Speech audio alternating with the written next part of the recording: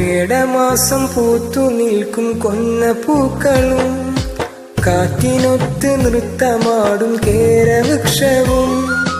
മേടമാസം പൂത്തു നിൽക്കും കൊന്ന പൂക്കളും കാറ്റിനൊത്ത് നൃത്തമാടും കേരവൃക്ഷവും.